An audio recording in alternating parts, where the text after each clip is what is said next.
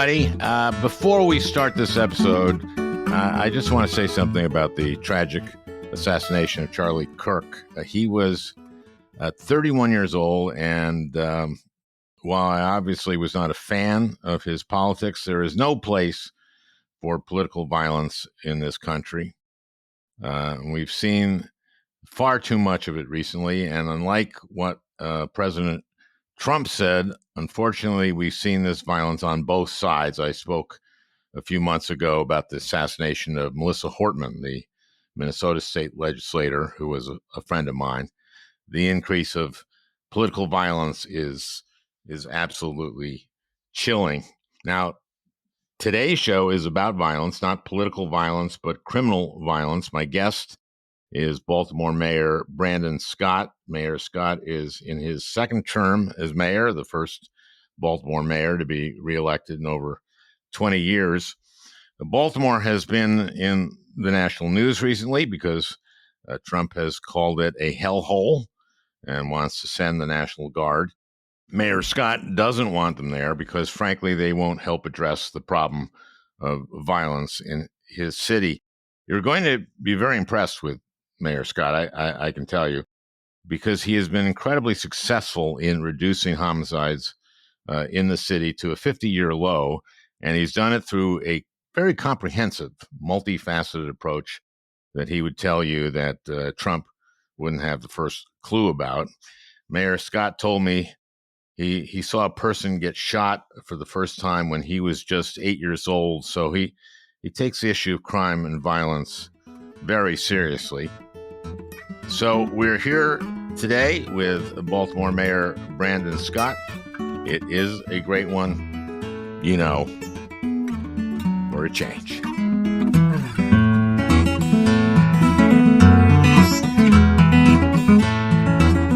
joined today by Mayor Brandon Scott of Baltimore, Maryland. Mr. Mayor, thank you for joining us. Thank you for having me. Thank you. Now, you've been in the news, your city, because of the president wants to send the National Guard there, and neither you nor the governor want the Guard there, right? No, we do not. We do not. President wants to send the Guard there. It's called Baltimore a hellhole, but this year you're at a 50-year low in crime or in homicides in Baltimore. Yeah, I think that, listen, this isn't the first time that the president has been infatuated with the city of Baltimore. We had similar comments from him during his first term. It's unfortunate when the person who's supposed to be the leader of the free world and supposed to exude dignity and respect for the whole world, especially Americans and American cities, does the opposite. But that is what it is. But the reality is that we just finished in August where we had 7 homicides, which is 7 too many for me. But those 7 homicides are the lowest August for homicides on record for Baltimore. And through you and I are talking right now, we have 92 homicides. That is the lowest amount of homicides through this day in September in any year on record. So why now? Why, when the city has the last 2, now going on 3 years, set records for reduction on violence, are we now sending in the National Guard? Why not in his first term when we had significantly more gun violence in the city of Baltimore? And we're saying that in the way that I say this every week when I give my weekly press conference and talk with the media, that we are acknowledging this historic progress, not celebrating, acknowledging this historic progress and understanding that we have a lot more work to do. I just want my audience to know you've been mayor now. This is your second term. Yes, this is my second term. And you have started in your first term doing initiatives to bring down crime. Yeah. Gun violence is the reason now that I'm even in public service, having seen someone be shot for the first time before I was even 8 years old. But when I came into this office during the height of the pandemic, I said that we had to tackle 2 dueling public health issues, COVID and violent crime. We laid out our comprehensive violence prevention plan in 2021 to say that we were going to set a goal of reducing homicides by 15% from one year to the next. And people literally laughed at me until in September of 2022 is when we saw our strategies be fully implemented, and it just fell off a cliff from there. So this isn't something new for us. We've been very intentional in dealing with gun violence in the city of Baltimore through our group violence reduction strategy, where we focus on the small groups of people who are most likely to be the victim or perpetrator of gun violence. We offer them the opportunity to change their life through a letter from me. And if they don't, we remove them with law enforcement. We have our community violence intervention ecosystem, where we pay folks who used to be involved in the wrong type of activity to prevent violence from happening. We have our partnerships that we focus on guns, everything about guns, the person using them, the person trafficking them, the stores that are giving and selling them to folks in the wrong way, holding those folks accountable, working with our partners in the state's attorney and attorney general to prosecute cases through my police department's work each and every day. This isn't something that we just came to overnight. These reductions that we've had this year and the previous 2 years are a result of the hard work of so many people in Baltimore. And we're not going to let anybody disrespect that, even the president of the United States. You said there was 7 in the months of August? Yes, 7. When you think about the August before, last August, it was 18, right? And there have been many. August is normally one of the most violent months for us. And there have been, in my lifetime, August in Baltimore, where there's been 25, 30, probably 40 in some cases of homicides in just a month. Imagine having 30 homicides in just 1 month. So when you go from those numbers down to 18 and from 18 down to 7, you're talking about a significant change in a community when it comes to violence. And that's what we're trying to help folks understand. You don't hear me celebrating. You don't hear me saying we've totally solved this issue. But where we were a few years ago, when the question in the media to me every day was, Mr. Mayor, what are you going to do to get homicides under 300, right? Because we had 9 straight years of having 300 plus homicides, to last year having 201, to this year being on pace to have the fewest on record. We have to acknowledge that progress in all the lives that were saved in that work. So this is your second term, and you're the first mayor in some time who was reelected, right? 20 years, the first mayor in 20 years. I was a college student the last time a mayor in Baltimore was reelected. Tell me about your family and growing up in Baltimore. So my family, I'm a first generation Baltimorean. My dad's family is from rural North Carolina, where my grandparents ran a pig farm, literally until they died. But my mom's family is from rural Virginia, right outside of Richmond. My mom has lived in Baltimore since she was a very, very young child. My grandparents escaped that rural poverty. My dad came later, following my uncles and older cousins who escaped that rural poverty in North Carolina to come here and work at the port. That is really the epicenter. But having that family and all of us basically being in Park Heights provided the opportunity for it to be like heaven and hell at the same time. Because despite living in a neighborhood where, seeing someone get shot before you're 8 years old, it's not normal. And knowing that some of your friends' parents are dealing with severe addiction, right? Having to give one of your friends some of your Christmas gifts because their parents sold their Christmas gifts on Christmas Eve is not normal. Having to see people your age, people losing friends, right, to violence is not normal. But we had this strong sense of community and pride in our community that many of us could not only survive, but thrive and be the ones that try to help change that community. I would not replace my childhood or anything that I experienced at all for one single moment, because it made me who I am and made me want to be the public servant that I am today. We're going to take a quick break. We'll be right back with Mayor Brandon Scott. Hey, everybody. We got a new sponsor, Ollie, a tasty and nutritious food for your dog. And the Ollie folks sent Peter a couple weeks of the product for his dog Nellie, and Nellie loves it. Peter, tell us about Nellie. You met her once. She's kind of a bigger girl. She's a kind of a bigger dog. And she loves Ollie. But she loves Ollie. She loves Ollie, Al. She gets so excited when it's breakfast time, when it's dinner time. She waits by her bowl and she licks the bowl clean. She's never done that before. She just gobbles it up. She gobbles it up. She has a routine where she'll eat her Ollie for dinner and then we'll go for a walk, and she has such a pep in her step. Now, it says here that they have 5 protein-packed recipes. What are those meals like? She loves them. In fact, this morning she had the fresh turkey with blueberries. That sounds good. They also have things like fresh beef with sweet potatoes. She loves that one too. So you're going to be sticking with Ollie. We're sticking with Ollie. We got a sample pack to try, and we're going to continue doing it. She loves it. So we'll keep tracking how Nellie's doing. How's that? Yeah, that's a great idea. And by the way, if you are a member of Ollie, you can keep track of your pet's health with their digital screenings that they do. Really? You can take pictures of your dog and upload it, and they will get back to you with a weight screening or a dental screening or even a digestion screening just based on photos that you upload to Ollie. Fantastic. Well, thanks. You know, dogs deserve the best, and that means fresh, healthy food. So head to ollie.com/Franken, tell them all about your dog, and use code Franken to get 60% off your welcome kit when you subscribe today. Plus, they offer a happiness guarantee on the first box.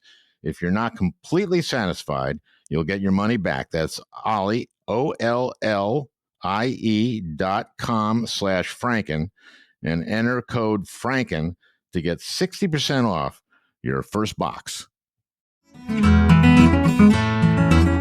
And we are back with Baltimore Mayor Brandon Scott. You said you grew up in Park Heights. Tell us a little bit about that neighborhood and how that helped you form your interest in public service. So I grew up in Park Heights, the neighborhood most famous for a horse race known as Preakness. That's where I grew up. So imagine living in a neighborhood that's the center of the sports world every third Saturday in May, and then not being treated as human every other day of the year. Okay, and that, when you say not being treated as human, was the police force? It wasn't just them. It was how we were viewed. So of course, I'm born in 1984. So my formative and teenage years and the early 20 years are during the years of zero tolerance or tough on crime policing, or broken windows theory policing, or as we would say, breathing while black policing. So when I walked outside of my house every day, especially as a teenager and in my early 20s, I knew that I could just be set in handcuffs just because I was outside. It happened to me 7 times, right? Just because I was outside. Meanwhile, the violence in my neighborhood persisted. Meanwhile, the folks that I knew in my neighborhood were carrying guns and dealing drugs and doing all these things, never seemed to end up in handcuffs. When you go through that, when you see the struggles with addiction that my friends' parents had, when you live next to vacant houses, when you have your library in your neighborhood closed, or your rec center in your neighborhood closed, the pool in your neighborhood closed, you go to school and you don't have an air-conditioned classroom until you get to 9th grade, you see that the world looks at you a certain way. And we were seen as a problem to solve, not a resource to invest in, which is the opposite way that I look at the young people in Baltimore today. What have you done with the police department? How have you worked with the police department to make sure that that legacy of racism in the police department is not carried on? Yeah, the great thing, Al, for us is that we have made significant progress on our federal consent decree, which was centered around the policies and the disproportionate impact that it was having for Black people in Baltimore. We've been able to get out of some of those sections of our consent decree, making sure that we are doing things in a different way. Explain the consent decree. This is after Freddie Gray. Yeah, the consent decrees with the federal government coming in and saying that we're going to have a monitor and a judge that are going to monitor our progress on meeting goals to correct these kind of issues. And there are so many of them that you and I could have a whole hour to talk just about those. But for many years, the consent decree was languishing, and we've been able to get out of sections on the consent decree. We can see the light at the end of the tunnel. We had to change really the mentality of our police department to go from a warrior mentality to a guardian mentality. When you think about training folks in everything from dealing with mental health crises, from de-escalation, from how we now have a more diverse police department, how we have better technology, how we have better systems for accountability, how we have been focusing in on all of those things have helped us become a lot better police department, but we still have a long way to go. Talk about racism in law enforcement. 2015 was when Freddie Gray was killed in police custody. Yeah, and I think that for those outside of Baltimore, they point to the death of Freddie Gray, but for those here, they understand that that was just the tipping point for all the things in the policies that happened before. And when you think about that, and I always make sure that I say this right, because this wasn't even just a white on black thing, right? I say this to folks all the time. There were black mayors around the country after the 93 crime bill that were putting into place those same policies, right? And those same things, because what my predecessors in elected office were trying to do was solve a problem. They had a significant amount of gun violence, and they were looking for a simple way to solve a very complicated problem.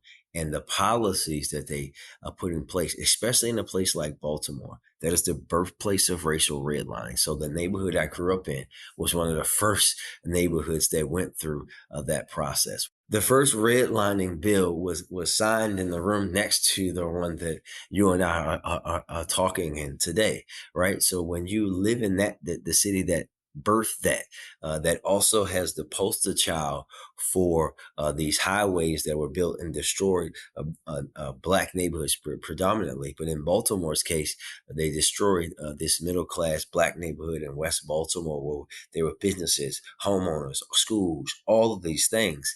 And the Interstate 70 and 95 do not connect today. They just blew up. We call it the highway to nowhere because it doesn't connect to anything. They did that in Minneapolis as well. The way they Rondo. Yes, the Rondo neighborhood. Rondo. I've been there and been out there with my good brother Mayor Carter just a few years ago. But in Baltimore's case, there is no highway. It does not connect. It's just there. It actually does not connect. When you live in a place like that, Really? yes, it doesn't. Interstate it was supposed to connect Interstate 70 to Interstate I-95. They do not connect at all. Okay, so it broke up a neighborhood that was a thriving neighborhood. Thriving. And when you live in a city that is at the time that we're talking about dealing with all of those things and simultaneously the flight and simultaneously the deindustrialization where Bethlehem Steel went away, General Motors where my granddad went away, all of these things, and then you have drugs just showing up in these communities. You're talking about a melting pot of bad things to create those environments. And then when you add in policies that are just going to say, if, well, these folks in these neighborhoods, they're just so prone to violence, we're going to just focus on every little thing. If someone's loitering, we're going to arrest them. If they're addicted to drugs, we're going to arrest them. If they're walking down the street and jaywalk, we're going to arrest them. All of those things, those policies are what really led to what you saw after the death of Freddie Gray. And we have come a long, long way since then, and we have a long, long way to go. But the way that we're operating public safety now in Baltimore is light years different from that. Well, tell me what you've done. And you laid out a pretty comprehensive approach to violent crime and regarded it as a public health issue. What does that mean when you say that, and how have you achieved these record lows? Well, we've achieved it because we have treated it as a public health issue, because that's what gun violence is, right? We can't look at gun violence as anything other than a public health issue. So when you understand, what I would say to my counterparts here in city government is that, and across the country, for too long, we put the sole responsibility of dealing with gun violence on the backs of our police officers. It was never their responsibility to bear alone. Now we have a all of government, all of community approach here in the city of Baltimore. So this is how we do that. I talked earlier about our group violence reduction strategy. So how that works is we have the data. We know that not every Black person that lives in West Baltimore, East Baltimore is most likely to be the victim or perpetrator of gun violence. In every city, that in every community, it's a small group of people who are normally committing those acts against another small group of people. So what we did is we found out who those folks were. We built up a program that's a partnership with my office, the police commissioner and the police department who work for me, our state's attorney here in Baltimore, our attorney general of Maryland.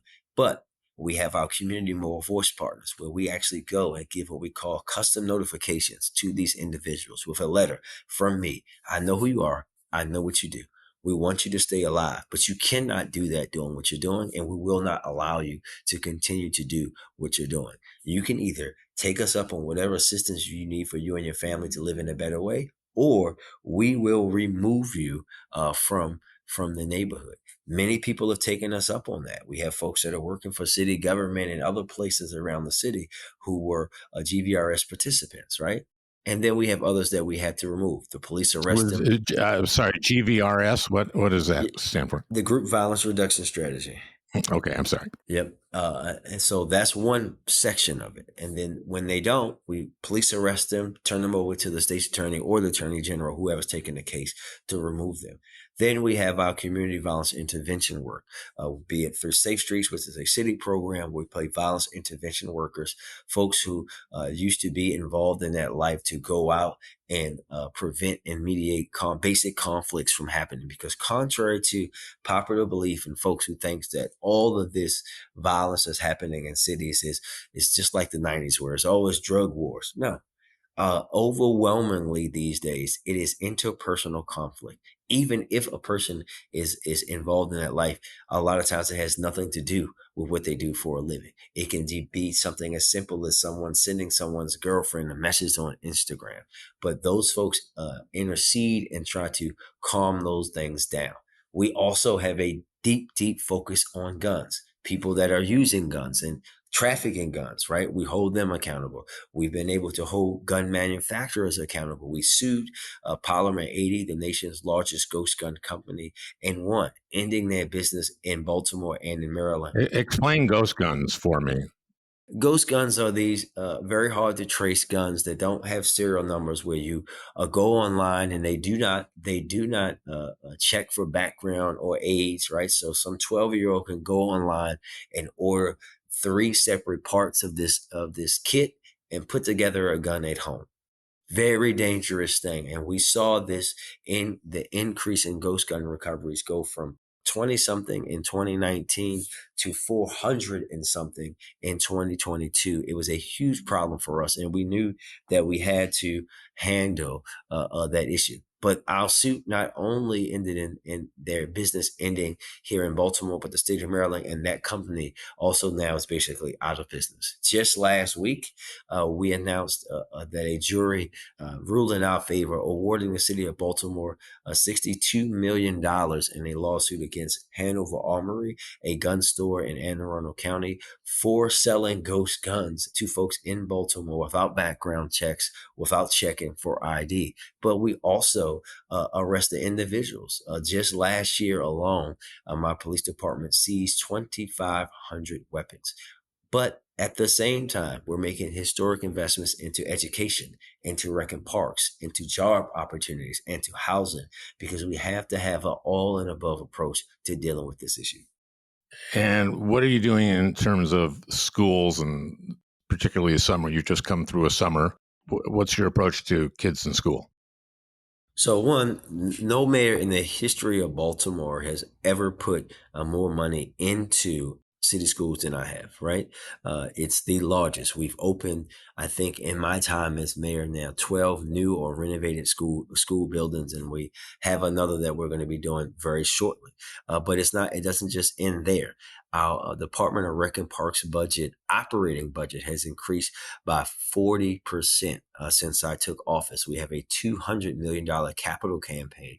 Just this summer, I opened 3 new pools. I have 5 rec centers under construction right now, and we've already opened 3 others. But then we keep our young people engaged. We had 12,000 summer seats in city schools across the district, 29 literacy focused programs with opportunities from pre-K all the 12th grade. And we also hired here in the city 8,500 young people for our summer Youth Works Jobs program. We had 42 summer camp sites through recreation and parks, and midnight basketball, teen pool nights, rock the block parties, all of these things to keep our young people positively engaged during the summertime and allowing some of them to make money. And these are all programs that you initiated. So YouthWorks has been a program in the city for a long time. I was once a youth worker, but the 8,500 that we have funded is a record. We want to keep it that way. We just a few years ago, we were at 4,000, and now we have 8,500 young people. This focus on recreation and parks is a new thing because recreation and parks had been underfunded for many years. I'm a former employee of the agency and really wanted to invest in those facilities. For example, when I came into office, I went to my childhood rec center of Tawanda, and it looked exactly the same as it did when I went there first in 1989. It was closed. We reopened it, we renovated it, reopened it, and then this summer added an aquatic center to be right next door to it. That is the kind of investment that we're making in our neighborhoods, especially these neighborhoods that have been disinvested in. For example, right now just a few months, we're going to open a new Parkview Rec Center right up the street from where the epicenter of the Freddie Gray unrest happened. You served on the city council, right, for quite some time. I did. A long time, yes. And so you wanted to be in public service from the get-go, right? Yeah, since 2 days after that first shooting, I said I was going to be the mayor of Baltimore. How old were you then? 8? I was 7 or 6, or maybe 7 at the time when I said it first. But this is now my 18th year in City Hall. I came to City Hall in 2007 as an intern. And then worked for a council president and mayor before going out and running for office on my own in 2011, winning city council at the age of 27. And so who were your inspirations in public service at the time? My inspirations in public service at the time, I was very, very lucky that I had the opportunity to, I've known who's now my congressman again, Congressman Mfume, since I was a very little kid. And he and I didn't really start to tell this story publicly until last year, because back then, you might remember, Al, we didn't have a football team, NFL team. We had a CFL team. You were in the Canadian Football League? Yeah, Baltimore had a Canadian football team, the Baltimore Stallions. We were really good. We actually won the championship. But in Old Memorial Stadium, my uncle bought season tickets for him and I. And just so happened that the congressman's tickets were right next to ours.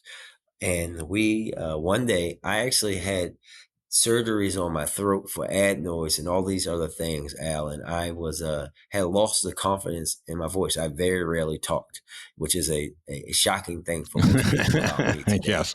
But one day I had to go to the bathroom at the game, and my uncle said, "Kwaisi's going to take you."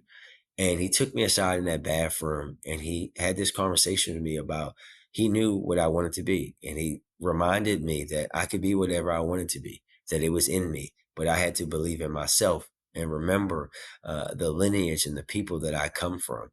And that's literally what gave me the confidence to be confident in my voice again. So when people hear me say that my congressman gave me my voice, I mean that he literally did.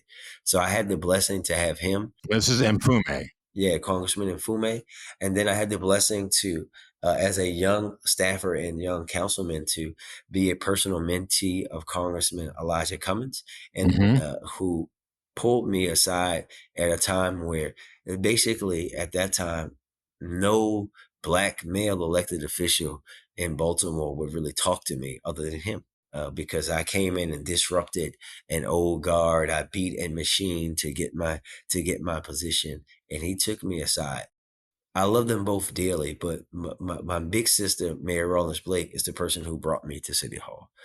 She's the one that allowed me to be the intern. She's the one that, as a staffer, young staffer at 23 years old, put me in every room and allowed me to see things that, quite frankly, made my transition to being mayor really seamless because I had been there before. I had seen it before. So those are the three.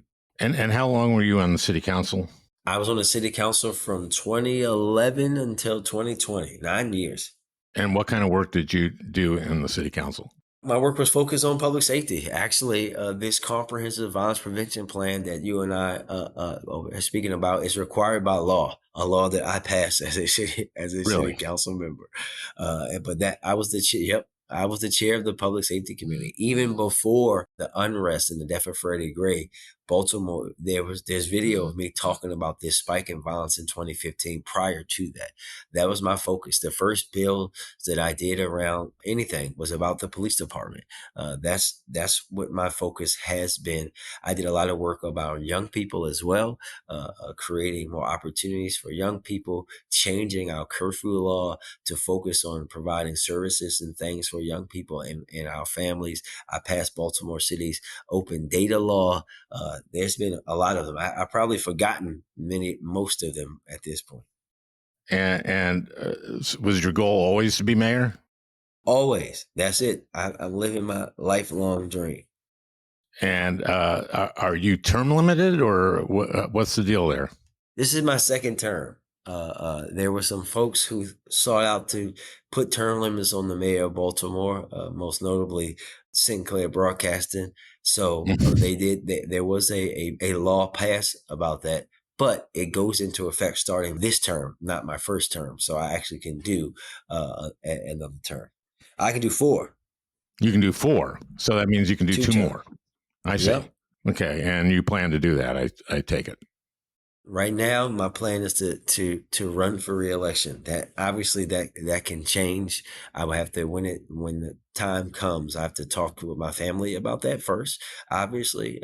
But that's the plan right now. Today is to stay in this position for another term. Now that could change, right? And I think that but right now, I'm just focused on being the best mayor I can be for the city of Baltimore, being the best husband I can be to my wife, and the best father to my children. How old are your kids? 10, 19 months, and soon to be 6 months. Wow. Okay. Yeah, two is a real thing. Uh, in the teen months. Wow. Yeah. So, what are your plans to do in the next term, or to build on what you've been doing? Yeah, we want to build on this success, right? We want to continue this historic reduction of violence.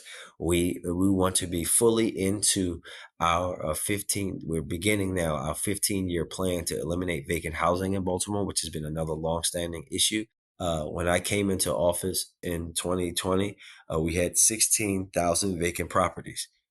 In December of 2000, we had 16,000 vacant properties. We've been able to reduce that now to 12,000, and we have a $3 billion plan. We're going to be using tax increment financing, or TIF, on vacants that I'll be putting out with the council in a few weeks. We have a partnership with the business community, the actual community and religious community, the state, to deal with this issue over the next 15 years. That's a big part of us, of what we're going to be focused on in the next term, and continuing to grow the city in an equitable way. You won a victory over. You didn't agree to be part of an opioid settlement, and actually won a big victory. Tell me about that. Yes, we know that many states were suing drug companies for pills and opioids that were driving overdoses in their communities. The state of Maryland was one of them. And when I came into office, a good friend of mine, actually, our Attorney General at the time, Brian Frosh, asked me and my city solicitor to join on the state's lawsuit. We decided not to do that. We knew that Baltimore had a outweighed impact from those pills and the overdoses, and we decided to go on our own. And we've won close to $600 million in restitution funds that will be put out into the community in Baltimore to help us deal with this opioid and addiction crisis. And how much was the settlement for? Total, it's close to $600 million. And if you had been part of the state thing, how much would the city have received? One settlement from one company is more than we would have gotten for the entirety of the state settlement. Okay, let's talk about the National Guard and Trump talking about sending troops. Does he have grounds to do that? Does he have legal grounds? No, we don't believe so, especially with our governor is the commander in chief of our National Guard, and he says he's not going to send them here. But it's not even, we know that this administration doesn't follow the constitutional rulings or the rule of law.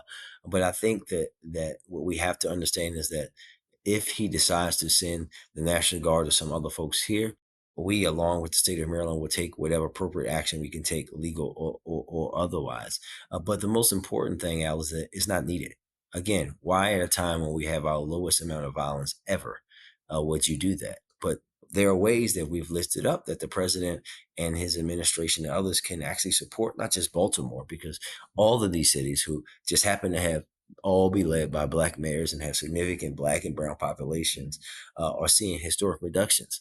They could restore the cuts that they made to community violence intervention and all these grants that go to police departments and others, right? They could do that today. They could come out and say the president's going to outright ban ghost guns and these Glock switches that take a regular pistol and turn it into an automatic that is causing police officers, women, children, grandparents, daughters, sons to lose their lives in the city. They could do that.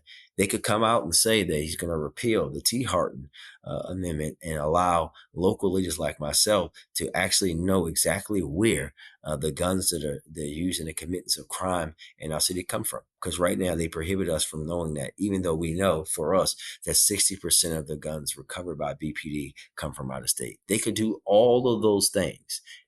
They could support the work that is happening in these cities right now, but they're choosing not to. And now the governor has invited the president to come to Baltimore, right? Or to the state anyway.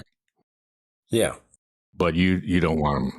What I just relayed to you, I'm not interested in him coming from some dog and pony show or some gotcha show or something for having my city to be used as a political pawn in his game of making certain places look bad. Unless they're coming and saying that they're doing the things that I laid out in my last response, it's a no for me. But the governor has invited him. He did, but the governor also said along the same lines that I said that it's not just coming to come. You have to come and be committed to doing these things to help us right now. Mm-hmm. But you would welcome federal resources, of course, as he said. Well, yeah, we've laid those out, right? We want them to restore the grants and things that they have cut. We want them to ban ghost guns. We want them to ban Glock switches. We want them to repeal the T. Hart Amendment. Those are the things that they can do right now. Repeal? I'm sorry, the what amendment? T. Hart. Basically when a local police department who works in most cases at the direction and under the command of the mayor gets a gun off of someone in the committance of a crime, right? Or legally possessing a handgun. They then give it to ATF to trace that gun to its origin. ATF shares that origin with that local police department, but that local police department is prohibited, thanks to Congress, from telling their commander in chief where it came from, because they are afraid that we're going to go after folks who are trafficking guns or selling them to people, and they're absolutely right, and we should, because we cannot allow folks to continue to traffic guns and get guns in the hands of people that they shouldn't be in. You're a young standout in the Democratic Party. What do you think of the state of the party now? I think that the party needs to understand that the days of having what the party wants to focus on, what the party needs to focus on, how the party needs to move and communicate solely coming out of the leaders of the party in DC over. They need to pull in leaders at the local level, right? Even more so at the state level, but especially the local level, mayors, the folks that are out here who have been winning these races despite what was happening nationally with the party, who have been proving these results. They need to pull us in more because we are the ones that are closest to the ground. We are the ones that know how to communicate with the residents. We are the ones that know how to bring the issues to bear in a way that people understand it. We're the ones that they're going to see in the grocery store or at the school, right? They have to allow those who are of us at the most closest to the people to be a part of the leadership. Well, Mr. Mayor, thank you so much for joining me. Anytime, sir. And continued good luck to you and to the city. Thank you. What is the nickname of the city? The Charm City. Charm City. Charm City. I love Baltimore so much. My 19-month-old's name is Charm. That's his name. Well, thank you, Mr. Mayor. Well, I hope you enjoyed listening. That beautiful music is by Leo Kottke, the great Leo Kottke. I want to thank Peter Ogburn for producing this podcast. We'll talk again next week.